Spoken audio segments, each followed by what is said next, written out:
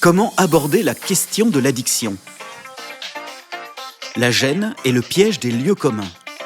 Lola, ouvre s'il te plaît. Lola, c'est pas possible de continuer comme ça. Tu vas pas t'enfermer dans ta chambre à chaque fois que je te demande de travailler. Lola, tu m'entends? Je m'inquiète pour elle, Jean-Luc. Elle va droit dans le mur avec ses jeux vidéo. Elle va finir par redoubler et elle décroche complètement. Elle se déconnecte de la réalité. Tu vois le mal partout, Anne. Lola a 15 ans, c'est normal qu'elle ait envie de s'amuser et de jouer un peu. Elle est stressée par sa 3e et le brevet, c'est tout. Ça va passer, je te rassure. Elle va très bien. Lola, je suis venue tout à l'heure à la porte de ta chambre, tu ne m'as pas entendu? Je voulais te parler de... bref, ça va en ce moment au collège? Bah oui, tout va bien en ce moment. Écoute Lola, je sais pas comment te dire ça, mais j'ai l'impression que t'es absente. Tu es là, mais pas vraiment. Tu passes beaucoup de temps sur l'ordinateur. C'est pour le collège? Oh oui, les profs sont dingues. On a trop de choses et de projets en ce moment. C'est comme toi, avec le télétravail, tu passes tout ton temps sur l'ordi et beaucoup moins avec nous. Alors, comme tu penses que Lola est addict au jeu, tu as pu en parler avec elle finalement ?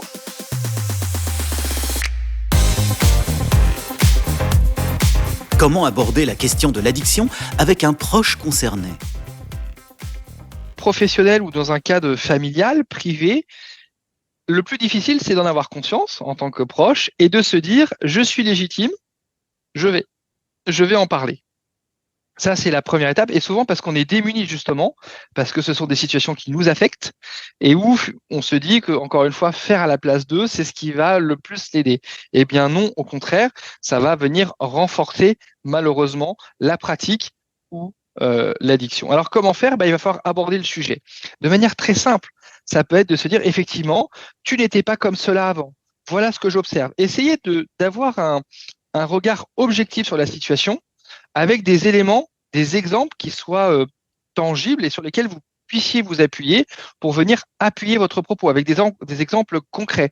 Tel jour, à tel moment, voilà ce qui s'est passé. Avant, voilà ce que tu faisais. Aujourd'hui, voilà ce qui se passe. C'est dans ce décalage entre hier et aujourd'hui que se situe votre inquiétude. Donc, c'est bien dans ce décalage qu'il va falloir arriver à objectiver ce qui a changé sur le plan du comportement, sur le plan physique, sur le plan vestimentaire éventuellement, sur le plan de la production ou si on parle du travail en matière d'activité professionnelle. On va vraiment essayer d'objectiver ça. Donc en ayant à l'esprit, tu n'as pas toujours été comme cela, qu'est-ce qui se passe? Comment puis-je t'aider?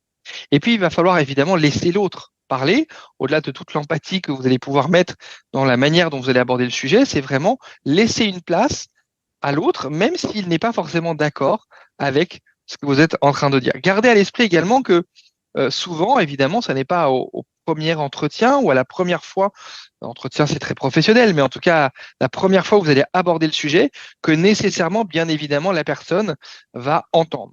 Ça n'est pas pour autant que si une personne vous semble être dans le déni, que cela ne sert à rien d'aborder le sujet. Là aussi, bien au contraire, c'est une idée reçue qui souvent, en tant que proche, nous bloque pour aborder le sujet. Donc, abordez le sujet.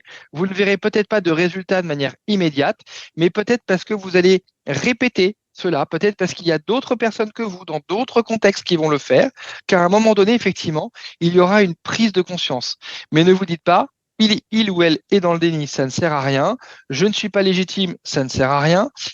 Je suis maladroit, ça ne sert à rien. Même la maladresse, je préfère toujours quelqu'un qui est maladroit, qui va aborder ça de manière un petit peu maladroite, à quelqu'un qui n'aborde pas le sujet. Le déni du collectif familial ou d'une équipe de travail alimente le déni individuel. Donc, s'il vous plaît, abordez le sujet le plus précocement possible avec vos mots et si possible, effectivement, avec empathie, en ayant des éléments tangibles et objectifs pour appuyer votre propos. Gardez vraiment une posture ouverte.